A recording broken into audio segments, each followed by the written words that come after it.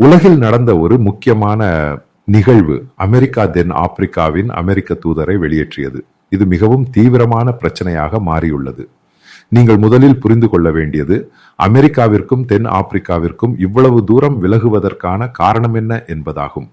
இதில் மிக முக்கியமான காரணம் என்பது இன்டர்நேஷனல் கோர்ட் ஆஃப் ஜஸ்டிஸில் தென் ஆப்பிரிக்க அரசாங்கம் இஸ்ரேலுக்கு எதிராக புகார் செய்து பெரிய வழக்கும் வாதங்களும் நடத்தியது.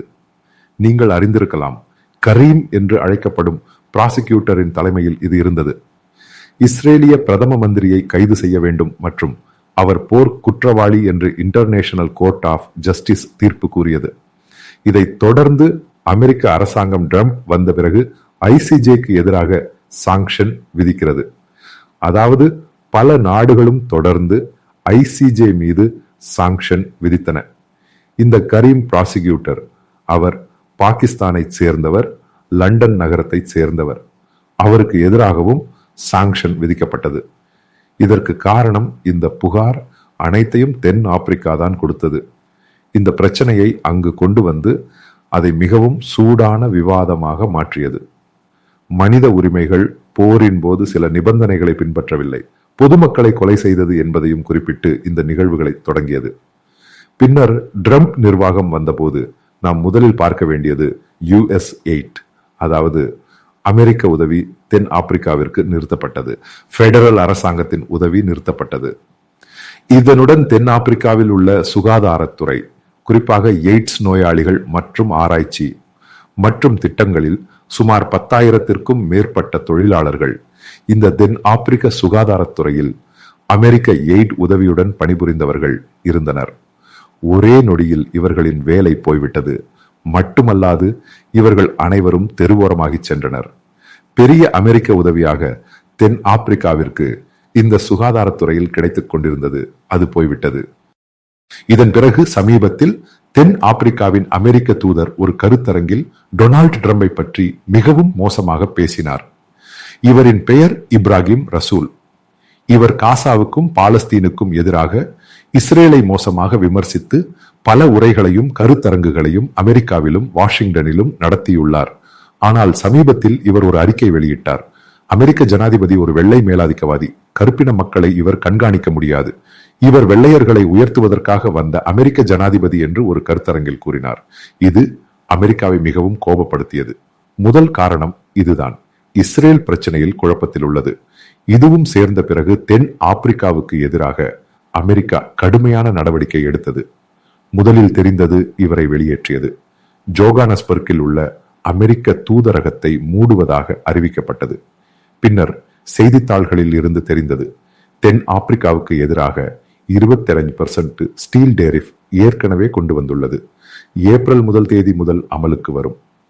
இதனுடன் ஸ்டீல் துறை, அதாவது ஸ்டீல் ஆலைகளில் பணிபுரியும் சுமார் 1,00,000 பேரின் வேலை ஒரே நொடியில் இழக்கப்படும்.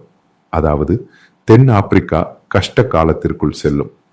இந்த நிகழ்வு 1,00,000 பேருக்கு தென் ஆப்பிரிக்காவின் ஸ்டீல் தொழிலில் பணிபுரிந்த தொழிலாளர்கள் மட்டுமல்லாமல் தொடர்புடைய ஆட்டோமொபைல் தொழிலும் உள்ளது.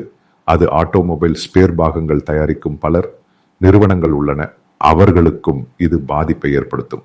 இனி தெரிந்து கொள்ளப்படுவது, அமெரிக்கா அங்கு பொருளாதார சாங்ஷன் இந்த நாட்டின் மீது கொண்டு வர திட்டமிட்டுள்ளது. இதுவும் சேர்ந்தால் $145 பில்லியன் தென் ஆப்பிரிக்கா ஒவ்வொரு ஆண்டும் அமெரிக்காவிற்கு ஏற்றுமதி செய்கிறது. இது முக்கியமாக ஸ்டீல், ஆட்டோமேக்கர்ஸ் மற்றும் தொடர்புடைய பொருட்கள், சிட்ரஸ் அதாவது எலுமிச்சை, ஆரஞ்சு போன்ற பொருட்கள், விவசாய பொருட்கள், சில கனிமங்கள் போன்றவை உள்ளன. இது தடுக்கப்பட்டால் தென் ஆப்பிரிக்காவின் பொருளாதாரம் சரிந்து போகும். முதலில் நீங்கள் புரிந்து கொள்ள வேண்டியது, வரைபடங்களை பார்த்தால் புரியும். அங்குள்ள வேலையின்மை 31% இப்போது, அதாவது பயங்கரமாக அதிகரித்து வருகிறது. சிறிது குறைந்தது, மீண்டும் ஒரு பகுதியில் வேலையின்மை பயங்கரமாக அதிகரிக்கிறது. தென் ஆப்பிரிக்க அரசாங்கம் மிகவும் ஊழல் அரசாங்கம். சுமார் 17 லட்சம் இந்திய வம்சாவளியினர் தென் ஆப்பிரிக்காவில் உள்ளனர். அதில் நிறைய மலையாளிகளும் உள்ளனர். எனக்கு தெரிந்த பல மலையாளி நண்பர்கள் உள்ளனர். டர்பன் போன்ற இடங்களில் வசிக்கிறார்கள். இவர்களின் வாழ்க்கை தென் ஆப்பிரிக்க அரசாங்கத்தின் இந்த நிலைப்பாட்டால் மிகவும் கடினமாகும் என்று தெரிகிறது.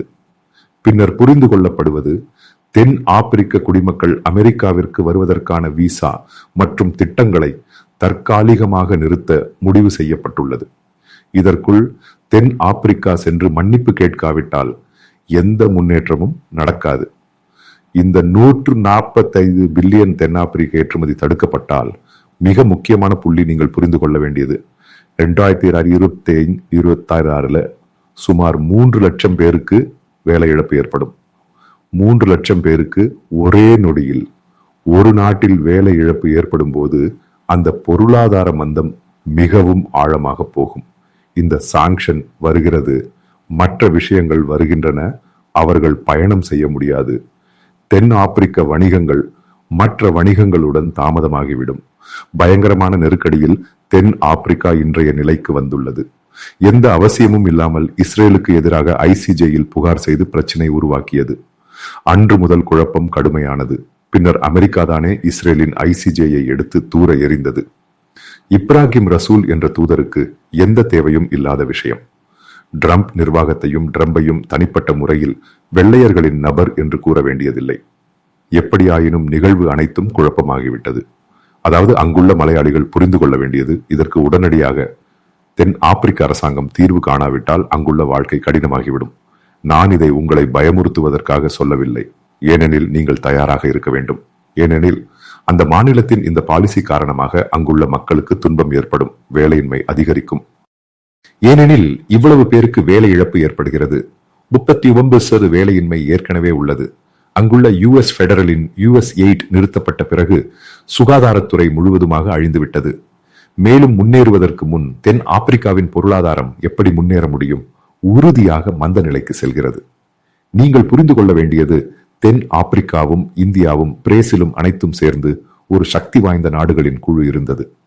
இதற்குள் தலைகீழான தலைவர்கள் ஒவ்வொன்றும் செய்வார்கள். அங்குள்ள சாதாரண மக்கள் பாதிக்கப்படுகிறார்கள். எந்த காரணமும் இல்லாத அறிக்கைகள் எதுவும் இல்லை. இஸ்ரேலுக்கு எதிராக சென்றதால் இவர்களுக்கு உண்மையில் அடி கிடைக்கிறது. புரிந்து கொள்ளப்படுவது, தென் ஆப்பிரிக்காவை கொண்டு இப்படி ஒரு விண்ணப்பம், அதாவது புகார் செய்ததின் பின்னால் கத்தார் அரசாங்கம் உள்ளது என்று கூறப்படுகிறது. இது நான் சொன்னது அல்ல, தென் ஆப்பிரிக்க செய்தித்தாள் எழுதியுள்ளது.